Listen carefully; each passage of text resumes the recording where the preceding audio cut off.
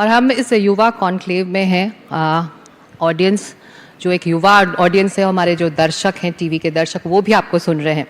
तो सांसद, केंद्रीय मंत्री, विधायक, डेप्यूटी सीएम, प्रदेश अध्यक्ष, महासचिव, एमबीए ग्रेजुएट, टेरिटोरियल आर्मी में कैप्टन, आपकी लिस्ट तो खत्म ही नहीं हो रही। और कुछ जोड़ना बाकी है अभी इसमें? नहीं, आप देखिए इतना सारा कुछ आपने पढ़ के सुनाया। आपका कहीं ये इरादा तो नहीं है कि आपको लगता है कि मुझे रिटायर हो जाना चाहिए, बहुत कुछ कर लिया?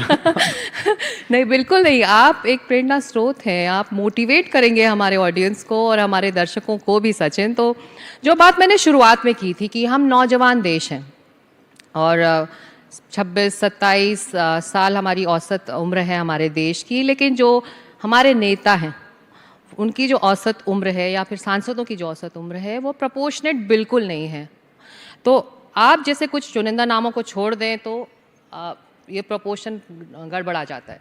तो मेरे पास एक आंकड़ा है, 2019 में चुनावों के आंकड़े बता रहे हैं कि बीजेपी और कांग्रेस पार्टी ने जो उम्मीदवार जो उतारे थे, जिनकी उम्र 46 से 75 के उम्र के बीच में थी, वो उम्मीदवार सांसद बनकर पहुंचे। लेकिन जो 25 से 45 साल के उम्मीदवार थे दोनों ही पार्टियों के, वो चुनाव नहीं जीत पाए या सांसद नहीं बन पाए। तो ऐसा क्यों हो रहा है? ये इस देश की चुनावी हकीकत है। और आप बिल्कुल सही कह रहे हैं कि जब चुनावी रण में उतरना होता है तो हर पॉलिटिकल पार्टी ये देखती है कि कौन सा व्यक्ति चुनाव जीत सकता है। और कोई दल या कोई नेता कितना भी चाहे कि मैं अच्छे, शिक्षित, नौजवान, समझदार, कर्मठ, ईमानदार लोगों को उतारूं, लेकिन क्या हम लोग मतलब हम मतदाता, क्या हम उन उम्मीदवारों के साथ न्याय करते हैं? क्योंकि जो आंकड़ा आप बता रहे हैं कि कम उम्र के लोग कम जीतते हैं और जो जिनकी उम्र ज़्यादा होती है वो ज़्यादा जीतते हैं। तो राजनीतिक दल वही करेंगे जो जनता का आदेश होगा। जनता अगर नौजवानों को जिताने में परहेज करती है या कंजूसी करती है तो पॉलिटिकल पार्टीज अपने आप उनको टिकट देना कम कर देंगे या मौके देना कम कर देंगे। बहरहाल हर पॉलिटिकल पार्टी बोलती है कि हम युवाओं को आगे लाना चाहते हैं, मुख्यधारा में जोड़ना चाहते हैं, लेकिन जब चुनाव की बात आती है तो विनेबिलिटी क्राइटेरिया बन जाता है। और विनेबिलिटी का निर्णय कौन करता है? हम तो उम्मीदवार दे सकते हैं, लेकिन पब्लिक को चुनाव जिताना है। लेकिन मैं ऐसा मानता हूं कि इतने बड़े देश में बदलाव आते आते समय लगता है। इस देश में आधे मतदाता, आधी जनसंख्या महिलाओं की है, लेकिन महिलाएं जब उनको चुनाव लड़ाते हैं तो वो जीतती नहीं है या कम औसत में जीतती हैं। तो प्रोपोर्शनेट जो महिलाओं का रिप्रेजेंटेशन है हमारी पार्लियामेंट में बहुत कम है। तभी हम लोगों को ज़रूरत पड़ रही है आरक्षण देने की। लेकिन मैं ऐसा मानता हूं कि हिंदुस्तान में अनेकों चुनाव आते हैं, ग्राम पंचायत के, नगर पालिका के, विधानसभा के, कॉरपोरेशन के, सांसद के। अब जो लैंडस्केप है वो शिफ्ट कर रहा है। आज से 20, 25, 30 साल पहले बहुत कम लोगों को ये लगता था कि वो लीडरशिप रोल्स को अच्छी तरह उसका निर्वहन कर सकते हैं या उसको टैकल कर सकते हैं। लेकिन अब मैं देखता हूं कि जो छात्र राजनीति में लोग हैं, जो स्टूडेंट पॉलिटिक्स में हैं, वो बहुत आसानी से मेन स्ट्रीम पॉलिटिक्स में आ रहे हैं और वो कामयाब भी हो रहे हैं। देखो, चुनाव जीत जाना सिर्फ अंत नहीं है, चुनाव जीतना शुरुआत है। चुनाव जीतने के बाद आप अपने काम से, अपनी वाणी से, अपने कार्यकुशलता से, अपने हार्डवर्क से लोगों का मन जीत पाते हैं कि नहीं जीत पाते हैं? क्या आप दोबारा चुनाव जीते हैं? और सिकता जी, एक बार चुनाव जीतना तो आसान है, चैलेंज होता है सेकंड टाइम चुनाव जीतना। बिल्कुल। और अगर एक यंग व्यक्ति चुनाव लड़ता है तो उसको मालूम है कि कई बार मुझे चुनाव लड़ना है, तो उसके स्टेक्स ज़्यादा होते हैं, उसका कमिटमेंट ज़्यादा होता है, उसका हार्ड वर्क, मेहनत करने की क्षमता ज़्यादा होती है।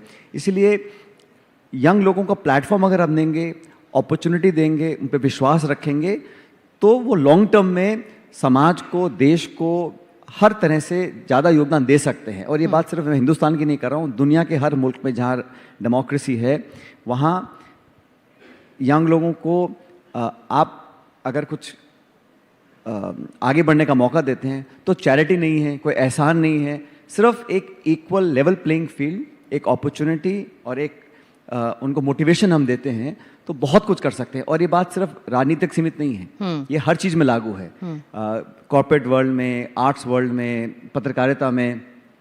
लेकिन बदलाव आ रहा है। आजकल आप देखिए जो ग्लोबल टॉप कंपनीज हैं, उनके जो सीईओज हैं, जो एमडीज हैं, उनकी औसत उम्र क्या है? जो बड़ी बड़ी एनजीओज हैं और बहुत सारे, अब खेलों में देखिए आप, अगर यंग टैलेंट को हम नर्चर नहीं करेंगे तो अगर हम हर क्षेत्र में यंग टैलेंट को नर्चर करने की बात करते हैं तो राजनीति सबसे इम्पोर्टेंट क्षेत्र है। देश की दिशा तय करने का जो प्लेटफॉर्म राजनीति में है और कहीं नहीं हो सकता। तो हम सबका सामूहिक एक एफर्ट होना चाहिए कि यंग लोगों को हम मोटिवेट करें और उनको सिर्फ आप खुद एक उदाहरण रहे हैं। आपने शुरुआत अब बहुत कम उम्र में राजनीति की दुनिया में की, लेकिन उस तरह का मोटिवेशन बाकी यंगस्टर्स में, बाकी युवा में दिखाई क्यों नहीं देता है? उसका मुझे खामियाजा उठाना पड़ा है। जो आपने मुझे लंबी फरिश्त सुनाई है ना, आपने ये भी कर लिया, ये भी कर लिया, ये भी कर लिया, लोग सोचते हैं भाई इतना कुछ कर लिया, अब औरों को मौका मिलना चाहिए। एंड मैं वो बताता हूँ, मैंने अपने जीवन में क्योंकि मुझे बहुत जल्दी ये मौका मिल गया था, मैं 26 साल की उम्र में संसद पहुंच गया। अब मैं जब सांसद बन गया और मैंने काम करना शुरू किया अपने क्षेत्र में, अपने प्रदेश में, अपनी पार्टी में, तो मैं हर जगह कोशिश करी कि मैं अपने एक्सपीरियंस का उसको शेयर लोगों से करूं, कहाँ मुझे सफलता मिली, कहाँ मैं असफल रहा। और कोई यंग लड़का लड़की अगर राजनीति में आना चाहता है तो उसको हैंड होल्ड करके उसको प्रोत्साहन देना मेरी जिम्मेदारी है। क्योंकि अगर कम उम्र में मुझे मौका मिला है और मैं औरों का रास्ता रोकूंगा तो मैं न्याय नहीं कर रहा हूँ। पर हमारे प्रोफेशन में अनफॉर्चुनेटली बात यह है कि जो जिस पद पे पहुंच जाता है फिर वो चिपक के बैठ जाता है और वो किसी को आने नहीं आगे देता है। ये एक पॉलिटिक्स की एक कमी मैं बताऊंगा। लेकिन अगर व्यक्ति को अपने अंदर कॉन्फिडेंस है और वो असुरक्षित नहीं है तो यंग लोगों को वो आने का मौका देना चाहिए। मैंने हर जगह कोशिश की है, मेरी पार्टी में, राजस्थान में, देश में, यंग लोगों को आप मौका दीजिए। उनको आप अगर आप आधे मन से नहीं पूरे मन से मौका देंगे तो वो शाइन करेंगे, वो परफॉर्म करेंगे, वो डिलीवर करेंगे। ये मेरा अपना खुद का एक्सपीरियंस है। पर सचिन, इस वक्त की आज की राजनीतिक दुनिया की एक हकीकत ये भी है कि जब एक युवा महिला उम्मीदवार को बीजेपी हिमाचल के मंडी कॉन्स्टिट्यूंसी से उतारती है, तो कंगना रनौत की हम बात कर रहे हैं, तो उसको लेकर एक अलग ही डिस्कोर्स, चर्चा, बातें होने लगी हैं। जाहिर तौर पर अगर इस तरह की बातें होंगी तो कैसे युवा जुड़ेंगे, क्योंकि उनको हकीकत समझ में आएगी राजनीति के स्तर की। और ये आपकी पार्टी की तरफ से ही, आपकी पार्टी के प्रवक्ता की तरफ से ही सामने आया ये स्पष्ट करना चाहता हूँ कि राजनीति में किसी के प्रति किसी भी व्यक्ति, नेता, दल को अशोभनीय टिप्पणी नहीं करनी चाहिए, चाहे वो किसी भी दल का व्यक्ति हो। लेकिन जहाँ तक आप जिस वाक्य की बात कर रही हैं उसका स्पष्टीकरण हमारी पार्टी ने दिया है। कैसे वो आया, कैसे वो कंट्रोवर्सी बन गई, उसका पूरा सफाई उसकी हम प्रवक्ता दे चुके हैं।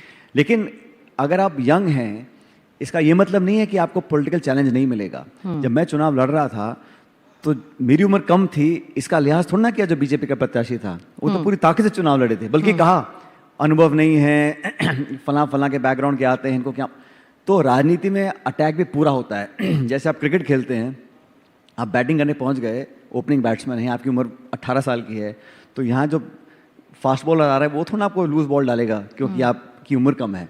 टेस्ट मैच होता है, राजनीति होती है। तो हम लोगों को भी समझना पड़ेगा कि अगर विरोध होगा, हालांकि मैंने शुरू में कहा अशोभनीय, अनपार्लियामेंट्री और अनडिग्निफाइड कमेंट्स बोलने की कोई स्पेस राजनीति में नहीं होनी चाहिए। लेकिन सैद्धांतिक पॉलिटिकल अटैक तो होंगे, तो उसका सामना करने का जिगरा भी हमको रखना पड़ेगा। पर सचिन, पार्टी की तरफ से इसको लेकर कोई बयान नहीं आया। हालांकि आपकी प्रवक्ता ने कहा कैसे ये बाहर आया वो उसकी जांच कर रही हैं, लेकिन पार्टी की तरफ से, कांग्रेस पार्टी की तरफ से, वो हमारी प्रवक्ता ही है भाई, वो कांग्रेस की प्रवक्ता है। पर वो तो खुद उनको अक्यूज किया जा रहा है कि आपके ट्विटर हैंडल से कैसे आया। कि मैंने नहीं, मेरे हैंडल से डाला है, किसी और ने डाला है, उसने डिलीट कर दिया, उसका स्पष्टीकरण उन्होंने दिया। और मैं कहना चाहता हूँ कि जब इलेक्शन है इस देश में, इतना बड़ा हमारा हिंदुस्तान का राज्य है और ये लोकतंत्र का पर्व होता है आम चुनाव, इतने बड़े इलेक्शन में जब देश की तकदीर हमको तय करनी है तो हम लोगों को मुद्दे भी चुनने चाहिए। और अगर इशू बेस्ड राजनीति करनी है तो जो जनता को छूने वाले इश्यूज हैं, जो पब्लिक को टच करते हैं, जिनको रोजमर्रा जिंदगी को इफेक्ट करते हैं, उन इश्यूज को हम रेखांकित करें, उनको हाईलाइट करें, तो एक हेल्दी डिस्कोर्स बनेगा। पर आप लोगों ने तो बैठे बैठे बीजेपी को मुद्दा दे दिया, विमेन डिग्निटी को लेकर। कौन मुद्दा दे रहा है? वो तो मुद्दा लेने में तैयार बैठे रहते हैं। हमने कहा भाई, हमने कहा डिस्कशन करो महंगाई पे, बेरोजगारी पे, देश में जो हो रहा है, जो इंस्टीट्यूशंस को हम लोग देखते हैं उनकी क्रेडिबिलिटी को चैलेंज किया जाता है। देश में बहुत सारे 10 साल में जो लगातार सरकार का जो रिपोर्ट कार्ड है उस पर चर्चा करनी चाहिए, परफॉर्मेंस पे चर्चा करनी चाहिए, 2 करोड़ रोजगार मिले कि नहीं मिले इस पर चर्चा करनी चाहिए, काला धन वापस आया है कि नहीं इस पर चर्चा होनी चाहिए, गैस का सिलेंडर चुनाव से पहले कम क्यों किया, 1200 का बिक रहा था। ये इश्यूज हैं जो आम आदमी के इश्यूज हैं। रोजगार की बात, आज शिक्षित बेरोजगारों की जो संख्या है वो रिकॉर्ड लेवल्स पर है। सिंस इंडिपेंडेंस इतनी अनएम्प्लॉयमेंट देश में कभी नहीं रही, और कहा गया था कि हम फार्मर्स की इनकम दुगनी कर देंगे। ये तो है मतलब पब्लिक को छूने वाले इश्यूज। और अगर ऑपोजिशन का काम क्रिटिसाइज करना नहीं है, ऑपोजिशन का काम सवाल पूछना नहीं है, ट्रांसपेरेंसी की डिमांड करना नहीं है, तो फिर विपक्ष का काम ही क्या है फिर?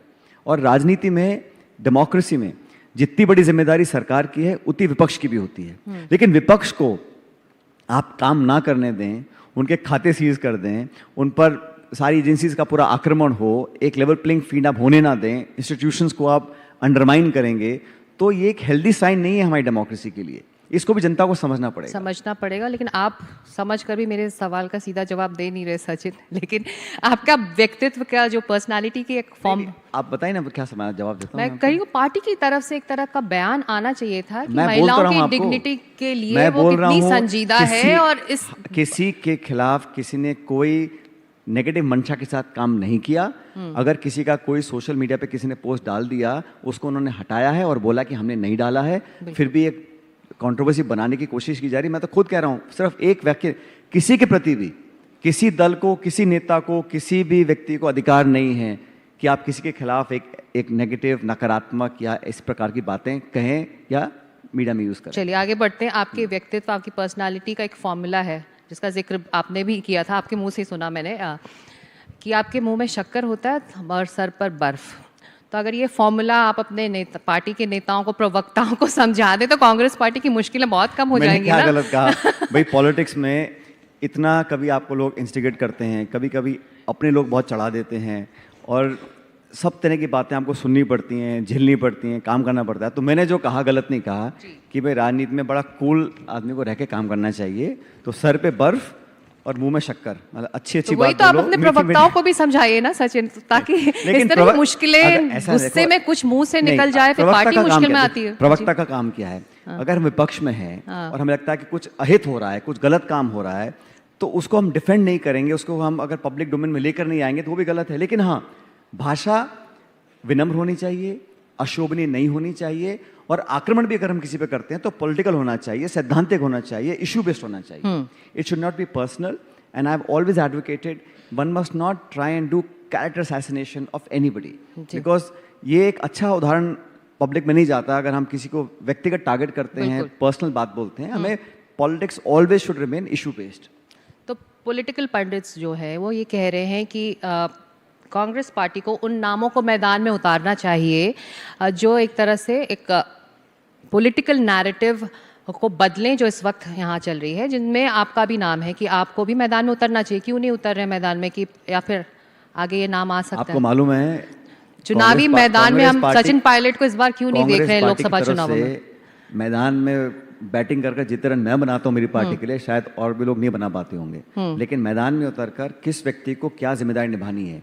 आज मुझे जिम्मेदारी दी है एक महासचिव के रूप में एक स्टेट को संभालने की, छत्तीसगढ़ को, और किसको चुनाव लड़ना है, किसको स्ट्रैटेजी बनानी है, किसको कैंपेन करना है, किसको संगठन में काम करना है, किसको सरकार में काम करना है, इसका अलग अलग समय पर निर्णय होता है। 2004 में मैं संसद में था, फिर मैं विधानसभा में था, फिर मैं उससे पहले केंद्र मंत्री रहा, फिर मैं प्रदेश का अध्यक्ष रहा, हम लोगों ने विधानसभा चुनाव लड़े, मैंने 4-5 चुनाव लड़ चुका हूँ। आज मुझे जिम्मेदारी दी है उसको मैं निर्वहन उसका कर रहा हूँ। और जिन जिन लोगों को पार्टी ने चुनाव में उतारा है, बहुत सोच समझ के जिताऊ उम्मीदवारों को उतारा है, और ऐसा नहीं है कि जो चुनाव नहीं लड़ रहे हैं फॉर एग्जाम्पल, वो उनकी जिम्मेदारी तय नहीं है, उनको डिलीवर करना पड़ेगा। जिस राज्य से मैं आता हूँ, जिस राज्य का मैं प्रभारी हूँ, वहाँ की परफॉर्मेंस की जिम्मेदारी किसके ऊपर है? हमारे ऊपर तो है। और ये लोगों को बहुत बड़ी गलतफहमी हो जाती है जब भाषण सुनते हैं कि हम 300 पार, 400 पार, 500 पार, 600 पार। भाई अगर सारा पार हो ही गया तो चुनाव ही क्यों करा रहे हो फिर? आप उतरते तो और ज्यादा चैलेंज होता ना, तो राजस्थान में कम से कम। हम तो चुनाव लड़ेंगे भी और जीतेंगे भी, लेकिन जनता को पता होना चाहिए कि आज की जो राजनीति हो रही है उसमें कहीं ना कहीं घमंड और अहंकार की महक आ रही है। उसमें वो विनम्रता खत्म हो गई, और 10 साल से वो भाषण और विज्ञापन और अखबार और व्हाट्सएप और टीवी और होर्डिंग और वो लगातार जो हो रहा है और धरातल पे जो हो रहा है वो अलग है।